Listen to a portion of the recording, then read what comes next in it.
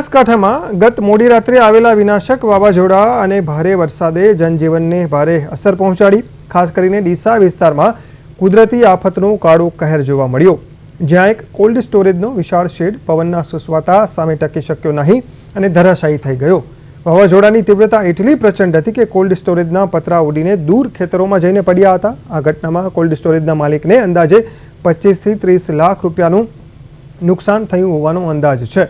માત્ર ડીસા જ નહીં, જિલ્લાના અનેક ગામોમાં પણ ઘરો અને અન્ય શેડના પતરા ઉડી ગયા હતા, જેને કારણે સ્થાનિકોમાં ભયનો માહોલ ફેલાયો હતો। જો કે આ ઘટના મધરાતે બની હોવાથી સદનસીબે કોઈ મોટી જાનહાનિ થઈ નથી, જેનાથી એક મોટી દુર્ઘટના ટળી છે।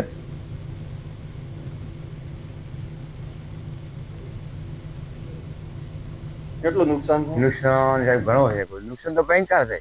નુકસાનમાં કોઈ શેડો જ નથી। હાથણાનો અમારો બધું પરિવાર હતો, બધો હૂતો હતો અને માથે પડ્યું એટલે આ તો ભગવાન બેસાડ કોઈ હતો નહીં। પછી અંદર ટ્રેક્ટર હતું, ટ્રેક્ટર ભાજ્યું, ટ્રેક્ટર કોઈ હાદું રહ્યું નથી અને નેટ કરી નીકળ્યા નથી। કોઈ સહાય સરકાર આવતી હોય તો એટલી વિનંતી છે। કોઈને ઈજા ખરી? ઈજા મને ઈજા છે ને અમારે ઘરથી નથી। અમારે વાવાઝોડું 12 વાગે 12:30 ટાઈમ આવ્યું। અમારી 7 જણાની સંખ્યા હતી મારા પરિવારની, અંદર સૂતા હતા।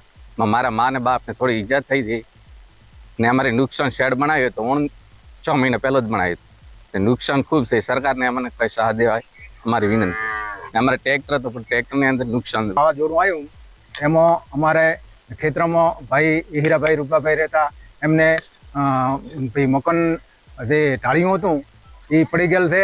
અંદર ટ્રેક્ટર તો વાવા ભાગદૂડ ચલ છે, સાઈડમાં પતરા નાખેલ હતા, રોકડાવાળા એ બધા ઉડી ગયેલ છે અને ભાગીને ભૂકો થઈ ગયેલ છે। એટલે ખાસું બધું નુકસાન થયેલ છે।